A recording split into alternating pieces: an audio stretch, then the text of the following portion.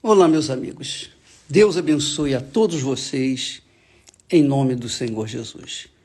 Que o Espírito Santo venha iluminar os seus olhos, para os olhos espirituais, abri-los para que você possa ver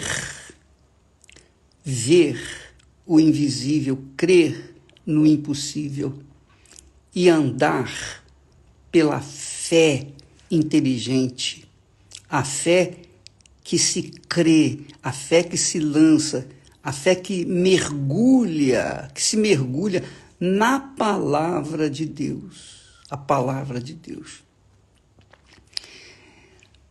A Bíblia fala que no princípio era a palavra. No princípio, Deus criou os céus e a terra usando o quê? A palavra.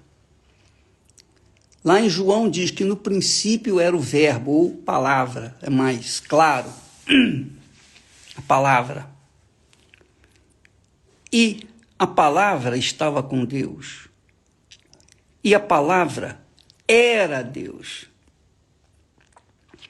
Quando nós tratamos da palavra, quando nós manuseamos a Bíblia, lemos a Bíblia, meditamos na Bíblia, na palavra de Deus, nós temos que pensar o seguinte: de nada adianta a palavra de Deus estar dentro de nós, nós conhecemos a palavra de Deus e não obedecermos. Assim eram os judeus, os religiosos, até hoje são assim. Eles creem na palavra, conhecem a palavra, mas seguem as suas tradições, os seus costumes, os seus jeitinhos de ser. Eles guardam o sábado, sim, guardam o sábado, mas no sábado também há adultério, prostituição e um monte de coisa. Então, a mesma coisa se dá com muitos evangélicos. E eu falo isso porque logo no início da minha carreira na fé, eu já tinha tido um compromisso com Deus, um encontro com Deus. E eu estava, pouco a pouco, vivenciando, crescendo, desenvolvendo na fé, na palavra de Deus. Mas, na minha juventude e maturidade espiritual, eu não sabia que andar pela fé era andar na confiança, na dependência de Deus. Por conta disso, o que eu fazia? Toda semana eu arriscava na loteria. Eu comprava bilhete. Eu tentava dar um jeitinho na minha vida econômica, procurando o caminho mais fácil de ganhar dinheiro. Então eu tentava a sorte.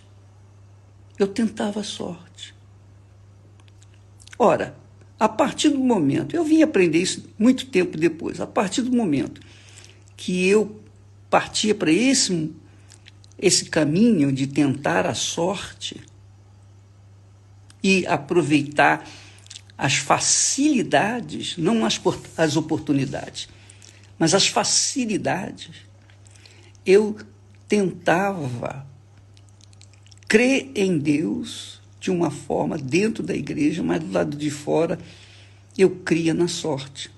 Eu apelava para a sorte. Eu cria em Deus, mas eu também apelava para a sorte. Ora, diante dessa situação, o que era a minha vida econômica? Era muito limitada, limitadíssima. Eu tinha um emprego que para mim estava muito bom. Solteiro, não tinha grandes despesas, mas eu queria ganhar mais porque eu queria me casar, eu queria me preparar para o casamento. Então eu apelava para a sorte. Assim tem sido a maioria dos evangélicos que dizem crer em Deus, eles creem em Deus, mas na hora do aperto apelam para a sorte. E aí você fica dividido, porque sorte e azar não combinam com a fé. Ou você vive na fé e pela fé, ou você vive na sorte e pela sorte. Das duas, uma. Não há como você tentar dividir-se. A sorte não é algo de Deus. O azar é do diabo, assim como também a sorte é do diabo. Tanto o azar quanto a sorte é do diabo. Porque, no fundo, a sorte, quando a pessoa apela para a sorte, seja no jogo, seja no ganho de dinheiro, seja na aplicação do seu dinheiro, nos jogos de loteria, qualquer tipo de apelo que você usa a sorte, você está usando a sua fé, que deveria estar na palavra de Deus, você está usando-a na sorte. Ora, então isso contraria a palavra de Deus. Contraria a palavra de Deus, literalmente. Porque viver pela fé é confiar em Deus, tal e qual Abraão. Você sabe que muita gente fica assim, perdida, e não conquista, e não desenvolve, mesmo sendo cristãos, mesmo às vezes sendo até dizimistas. Mas a vida não desenvolve, por quê? Porque elas dão a Deus o que é de Deus, mas roubam aquilo que deveriam dar a César. Jesus disse, dai a Deus o que é de Deus e a César o que é de César. Eu não posso dar a César o que é de César e roubar a Deus nos dízimos, nas ofertas. Eu não posso dar os dízimos e ofertas a Deus, mas também dar um jeitinho de usufruir os direitos, as oportunidades, as facilidades que a gente tem de declarar o imposto menor, declarar a nossa renda menor do que ela realmente é. Quer dizer, se eu sou fiel a Deus por um lado e tento tirar vantagens para não dar a César o que é de César, porque eu sei, a pessoa disse para mim, bispo, mas o César rouba, os políticos usam dos nossos impostos para se beneficiarem. Eu acho isso injusto. Eu sei que é injusto. Mas isso não é problema seu. Se eles roubam, se eles fazem o que fazem, se tornam riquíssimos às nossas custas, é problema deles. A nossa obrigação é fazer o que é certo, dar a César o que é de César e dar a Deus o que é de Deus. Então, você que está me assistindo nesse momento, presta atenção, presta muita atenção no que eu vou dizer. Quando você tem uma vida honrada, digna, dentro da igreja, mas fora da igreja, você se divide com a vida desonrada, ou com adultério, ou com promiscuidade, ou com roubo, ou com bitcoins,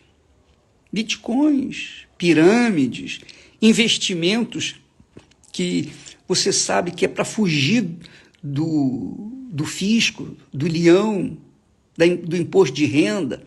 São fórmulas que se ganha dinheiro fácil e não se paga quase impostos.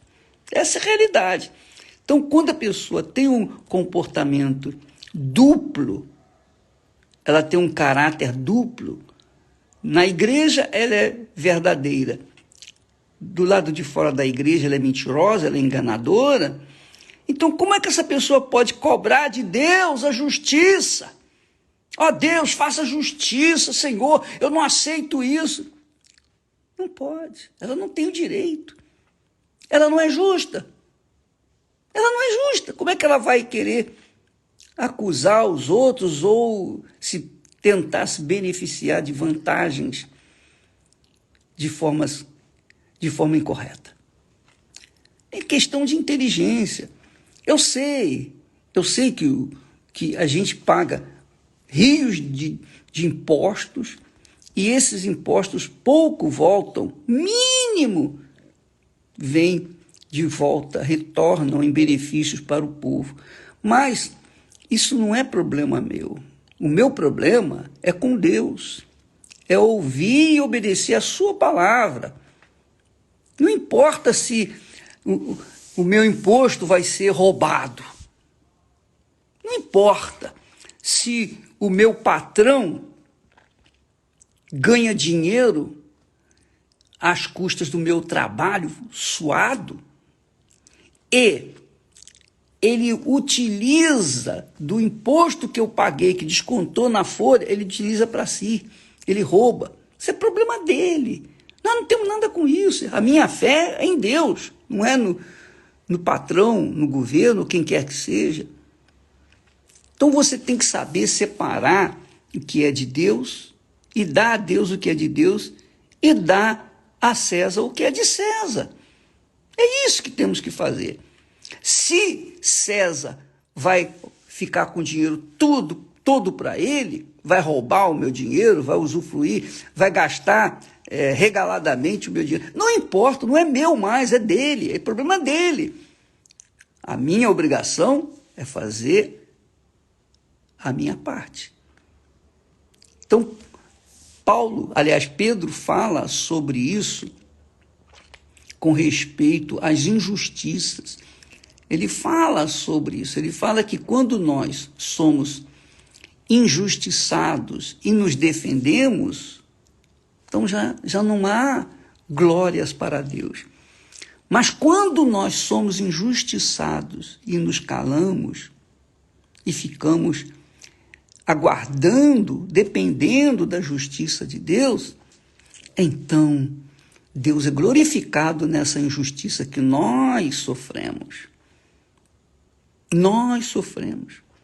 Jesus foi, você lê lá em Isaías, no capítulo 53, ele foi injustiçado, o mais injustiçado, o mais sofrido.